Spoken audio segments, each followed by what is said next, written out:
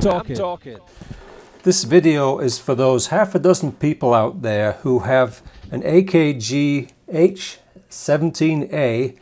This is actually called a shock mount. There are other similar AKG shock mounts. I think it's called H80 or 100 or something, and I think they may use the same bands. I think some of them use a pair of them, and that's what I actually bought. This is for an AKG 414, or I believe there's like a 212 or something. You know, this style of microphone from AKG. This has a couple of issues. So the first issue is that the bands need to be changed.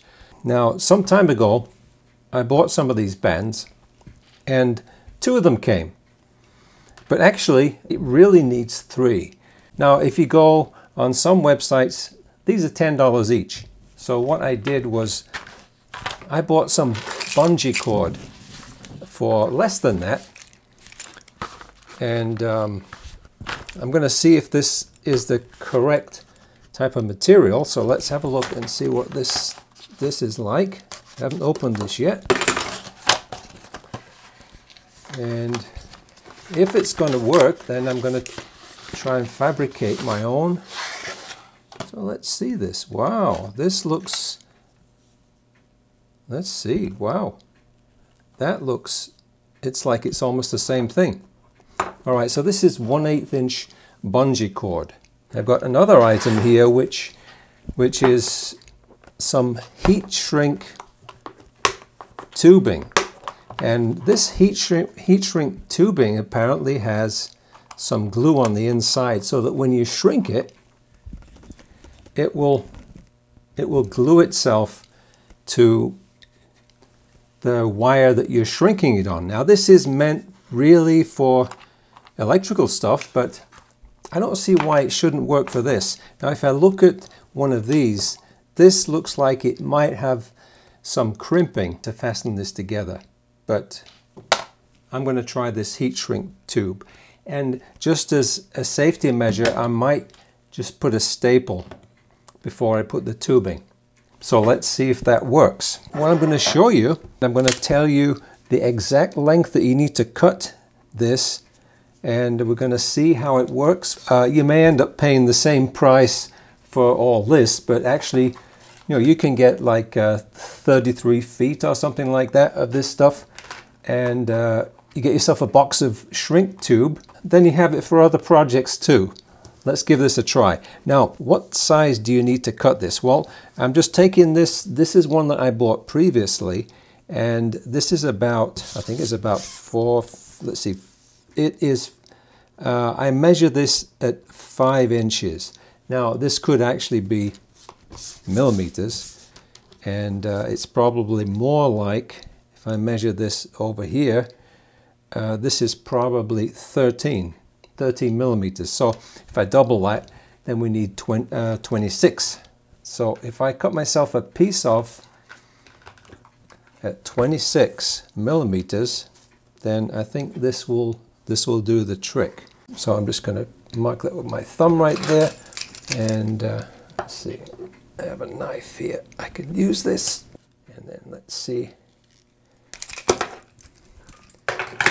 if I can join this together with some shrink tube. So I've got various sizes here. The shrink tube, let's see what we can find that's going to fit over this. I don't think I need to use the whole thing. This is 3:1 shrink tube, by the way. This is 3/16. Let's see if we can go any smaller. This is a piece of 1/8. So 1/8. Actually, this fits over it. So that might be the best. That might be the best bet. So of course I would have to put these together and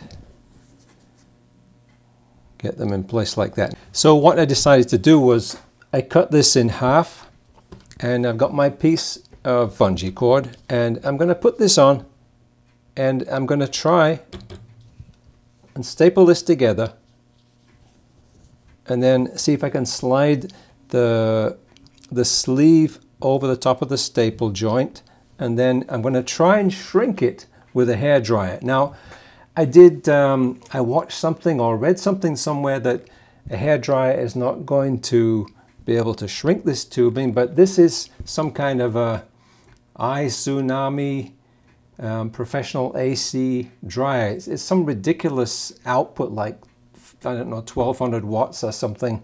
So let's see if it works. Okay, so first of all, I'm going to see if I can staple this together.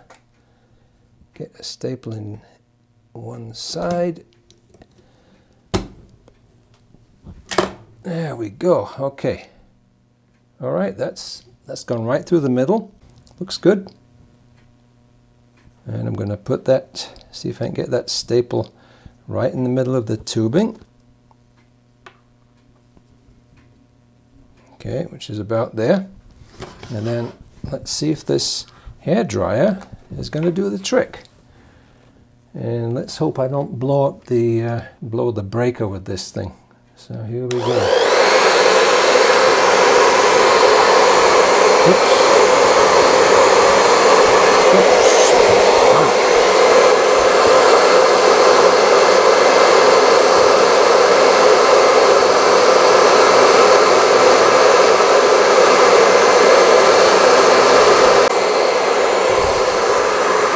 Ouch.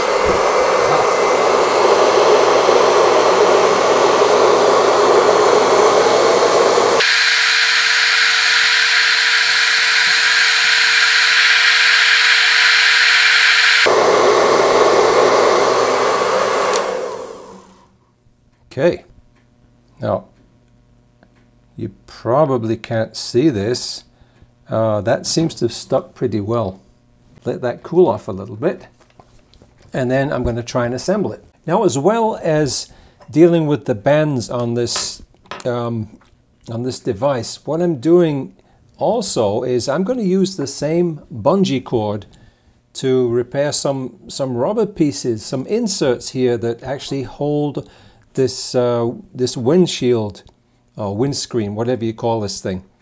This actually fits together with the thing that holds the microphone, and that's a little bit loose. So what's happened is there are some rubber pieces in here that have perished, just like the band did. And this looks like it's just a piece of 1/8 inch rubber. So what I'm going to do is I'm going to take the insides out of this bungee cord, and I'm going to insert some pieces in there. Let's look at how you assemble this. Now it's a bit of a puzzle, but actually it's really quite easy. You'll see that there's some notches here on either side of this ring. They're in 3 places. So what you do is you take, there's going to be a band that goes around between each pair of adjacent notches. So if I've got 3 of these things, which I did have a minute ago, then here we go. So 2 of these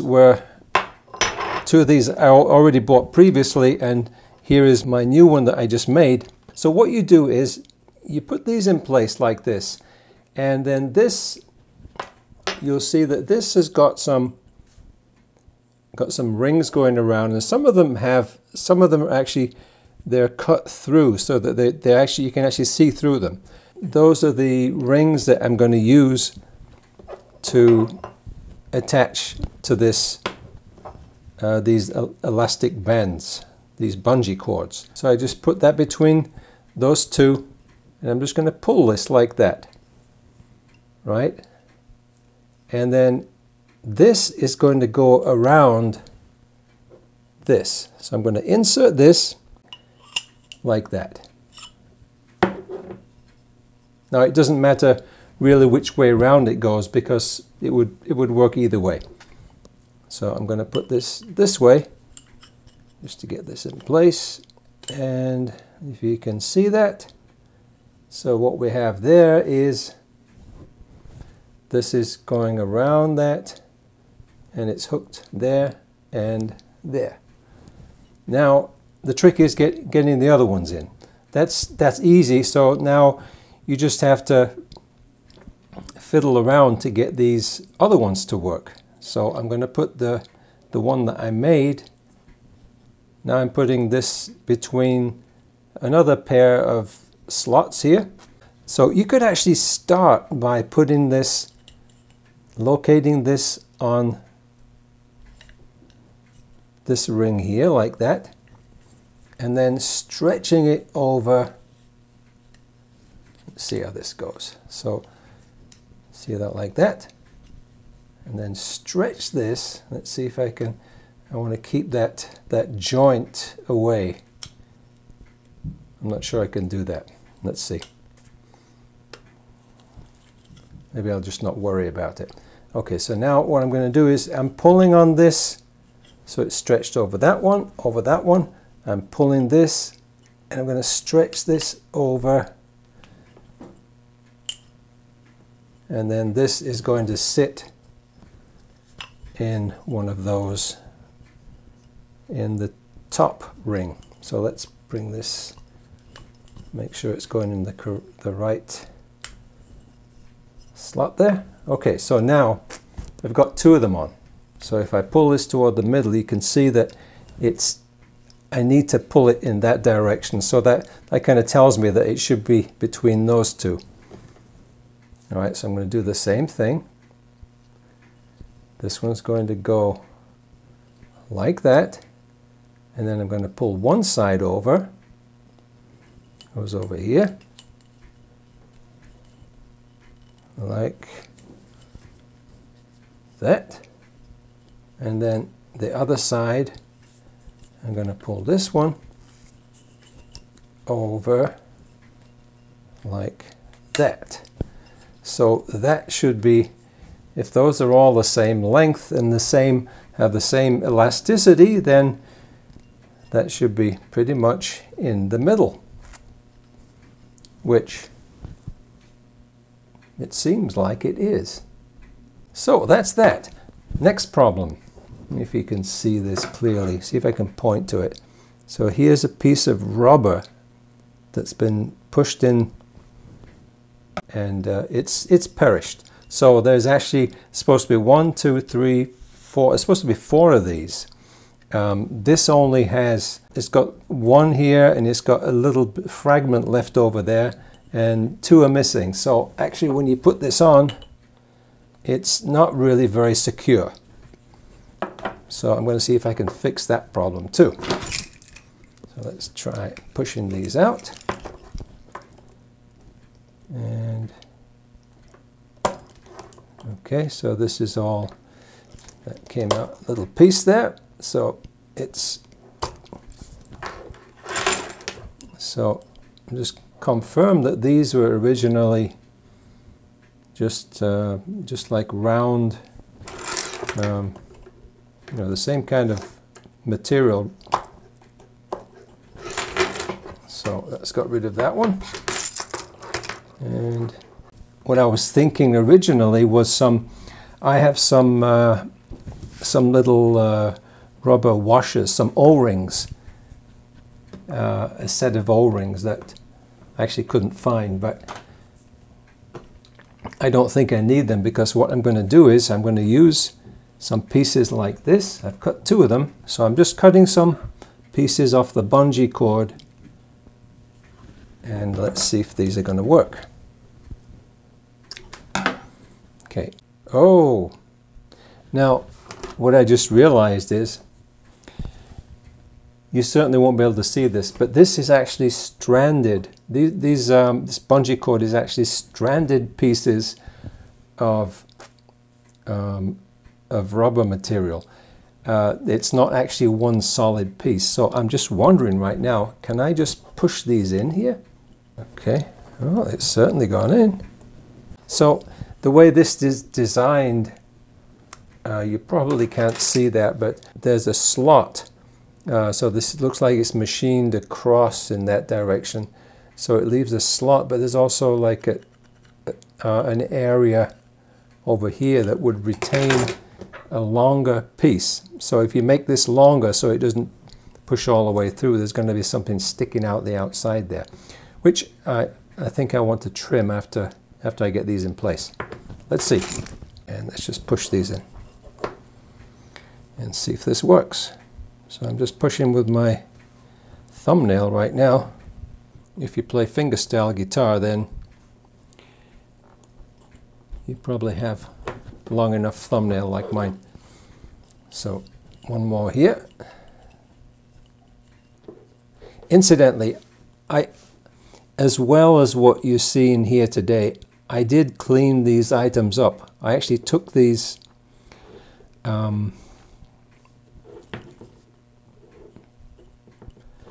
I took this part, and there was actually some paper inside. I took the paper out carefully and I boiled it.